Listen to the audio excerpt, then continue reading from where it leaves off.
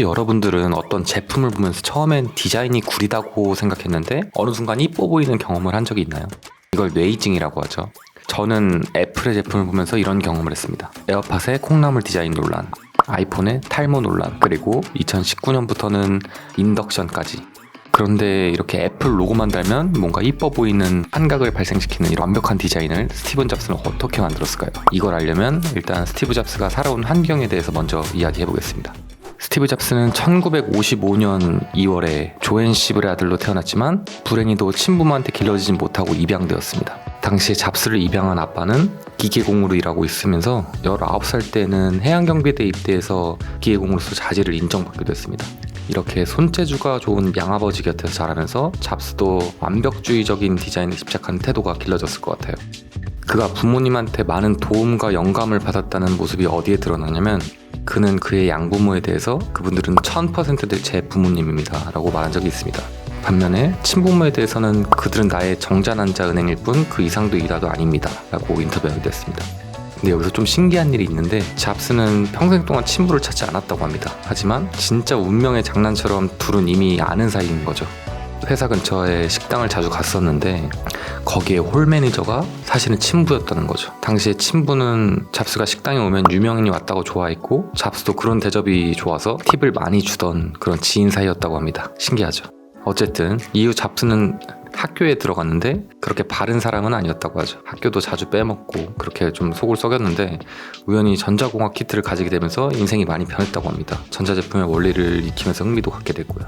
그가 고등학교 시절 전화번호부를 보면서 어떤 CEO한테 전화를 걸어서 주파수 개수기를 만들고 싶다고 남는 부품이 있으면 줄 수 있는지를 물어봤다고 합니다. 그 CEO는 빌 휴렛이라는 사람인데 그는 잡스의 패기를 보고 말을 들어줬고 잡스는 결국 그 회사에 가서 수업을 들었습니다. 스티브 워즈니악과 함께죠. 그리고 그 회사에 여름 동안 임시 채용되기도 했습니다. 이 추진력을 보면 정말 될 사람이긴 했죠.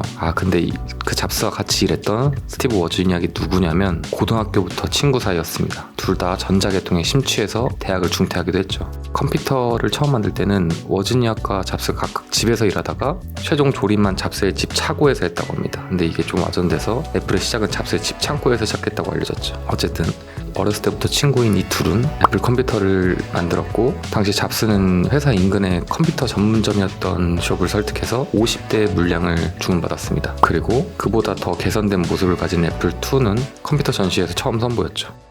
이게 애플의 시작이자 진행 단계였는데 그가 항상 잘 나가고 지금처럼 애플이 성공만 했던 건 아닙니다. 컴퓨터 시장의 공룡이라고 불리는 IBM이 등장했고 애플은 점점 위축되는 시장 상황에서 스티브 잡스는 애플만의 그런 정체성이 담긴 매킨토시를 출시하지만 이게 성공적이지 못했습니다. 이 과정에서 그의 독단적이고 권위적인 태도도 문제가 많이 됐죠. 결국엔 1985년 잡스는 애플에서 쫓겨나게 됩니다. 잡스는 그렇게 자기가 만든 회사에서 쫓겨나고 방황을 좀 하다가 새 사업을 시작하는데 그게 바로 전문가용 컴퓨터를 만드는 넥스트라는 회사입니다. 잡스의 좀 완벽주의적인 성격은 그 넥스트에서 돋보였는데 심지어는 컴퓨터 안에 들어가는 볼트에도 도금을 했다고 합니다.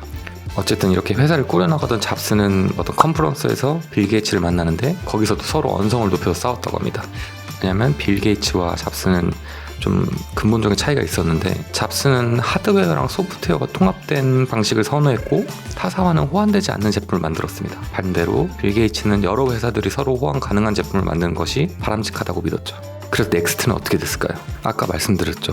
완벽주의적인 성격 때문에 내부에도 도금을 했다고. 그러다 보니까 컴퓨터의 가격도 엄청나게 비쌌고 좀 대대적으로 언론 보도가 나갔는데 시장의 반응은 조용했습니다.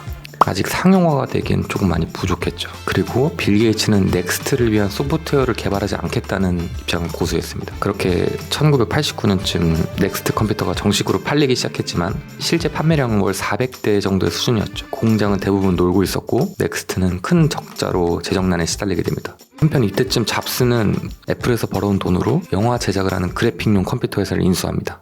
그래픽용 컴퓨터가 일반인을 대상으로 하면 돈이 될 거라고 생각했다고 하죠. 하지만 이것 역시도 당장 빚을 보지 못했다고 합니다.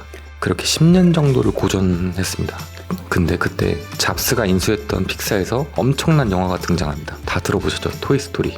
이게 대박을 치면서 잡스는 픽사를 상장시켰고 이 픽사의 성공은 결국엔 잡스가 다시 애플로 돌아온 데 있어서 아주 중요한 발판이 됐습니다. 어떻게 된 거냐면 픽사는 월트 디즈니에 매각이 됐고 픽사의 1대 주주였던 잡스는 월트 디즈니 대주주가 됩니다. 잡스는 애니메이션의 그래픽을 입히는 이 소프트웨어가 잘 될 줄 알아서 계획한 거였는데 오히려 반대로 애니메이션 자체가 대박이 났죠. 90년대 중반에 마이크로소프트가 등장하고 한때 시장에 힘을 썼던 애플의 판매량은 점점 떨어지기 시작합니다. 그래서 애플은 새로운 OS를 등장시키면서 다시 흥행을 노렸습니다. 애플이 계획했던 OS에 문제가 생겼습니다. 그래서 애플은 이 OS를 대체해줄 업체를 찾고 있었는데 그러다가 잡스의 넥스트라는 회사를 인수하게 됩니다. 덩달아 잡스는 애플로 복귀하게 되죠. 잡스가 다시 애플로 돌아왔을 때 회사는 아주 엉망이었다고 합니다. 앞으로 3개월 정도밖에 버틸 여력이 남아있지 않았다고 해서 잡스는 애플로 복귀하고 나서 엄청난 구조조정을 합니다. 그리고 한 개 사업을 정리했고 그렇게 많은 해고자가 발생했죠. 그 과정에서는 잡스는 엄청난 독재자의 면모를 보였습니다. 근데 이러한 구조조정과 사업 정리는 만성 적자에 시달려갖고 어려웠던 애플을 다시 흑자 기업으로 돌려놓는 계기가 됐습니다. 애플은 2001년에 아이팟을 세상에 내놓습니다. 이때 아이튠즈라는 서비스도 런칭했는데 이게 대성공을 이루죠. 이 내용이 궁금하신 분들은 여기 위에 영상 다녀오시면 됩니다. 그렇게 시장을 장악하던 중에 잡스는 핸드폰에 카메라가 탑재돼서 카메라 업체가 점점 힘을 잃어가는 거 보면서 이러다 우리 아이팟도 큰일 나겠다 라는 생각이 들었다고 합니다. 그래서 직접 핸드폰을 만들기로 하죠. 그리고 그렇게 등장한 게 바로 이 아이폰입니다. 아이폰은 정말 스마트폰 시장의 혁신이라고 불릴 만큼 엄청난 파도를 만들어냈고 애플의 800조 원이 넘는 이윤을 가져다 주죠. 잡스의 건강 상태가 악화되기 시작합니다. 2000년대 들어서 잡스의 건강은 악화됐고 2004년에 췌장암 수술을 받았습니다. 그렇게 시간이 흘러서 2011년 3월 3일 아이패드2 발표 현장에서 잡스는 건강한 모습을 보여서 경영에 전혀 문제가 없음을 보여줬죠. 그렇게 잡스의 시한부설로 위태위태하던 애플의 주가는 폭등하고 사상 최고치를 기록하게 됩니다.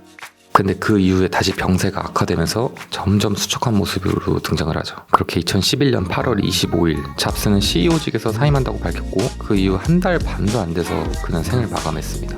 그는 2003년에 췌장암으로 진단을 받았었으나 6개월간 치료를 거부하고 식이요법, 침술 그런 대체의학을 의존했습니다. 당시에 치료만 제대로 잘 받았으면 지금도 살아있을 가능성도 있다고들 하죠. 그렇게 잡스가 세상을 떠났고 애플의 새로운 CEO인 팀 쿡이 나섰습니다. 초기에만 해도 팀 쿡에 대해 비판적인 시선들이 굉장히 많았죠. 하지만 그는 아이폰 시리즈부터 맥북, 에어팟, 애플워치까지 성공시킵니다. 저는 개인적으로 애플이 만드는 다음 혁신은 VR이라고 생각합니다. 그리고 이미 공개돼서 엄청난 후기들이 잇따르고 있죠. 과연 애플의 혁신은 언제까지 이어지게 될까요? 그리고 잡스가 애플에 찍어둔 점들은 과연 어떤 방향으로 이어지게 될지 궁금합니다.